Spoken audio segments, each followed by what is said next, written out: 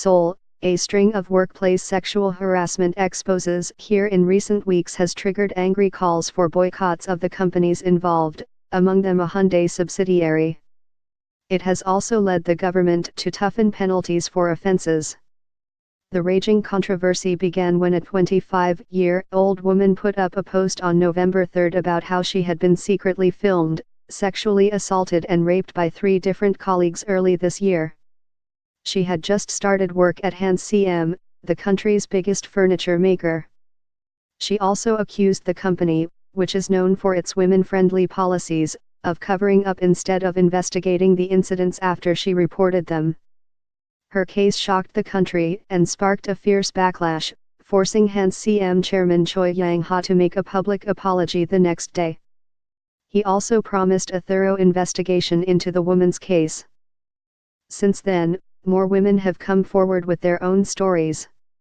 In one case, a woman claimed a former colleague had raped her in May while she was working at Hyundai Motors' financial arm Hyundai Card. In another, a group of new nurses at Hallym University Sacred Heart Hospital alleged that they were made to dance in skimpy outfits at work-related events.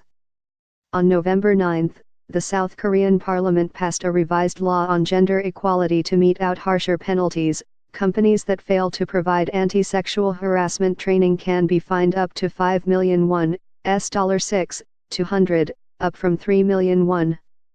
Those found guilty of covering up offenses face a maximum fine of 30 million won instead of 20 million won. November 3, a young female employee at furniture maker Hans CM put up an anonymous post alleging that she was secretly filmed in the bathroom by a male colleague, and also raped by her supervisor after a team dinner in January. The 25-year-old woman claimed she was told to hush up the matter after she reported it to the Human Resource Department. One of its managers tried to sexually harass her. She received a pay cut and disciplinary action, and went on 2 months' leave in September. She made her story public as she felt anxious after returning to work on November 2. Hans CM chairman Choi Yang-ha apologized on November 4. November 4, a contract worker at Hyundai Card, emboldened after reading about the Hans CM case, accused a director in her team of raping her after a company dinner in May, just a month after she joined the company. She claimed in an online post that she reported it to the company, but was told to keep it as a private matter between 2 people in a relationship.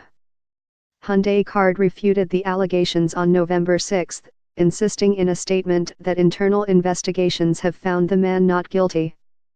November 10, a nurse from Hallym University Sacred Heart Hospital wrote online that newly hired nurses like her were forced to dance in skimpy outfits and make seductive gestures in front of high-ranking officials at a sports event last month.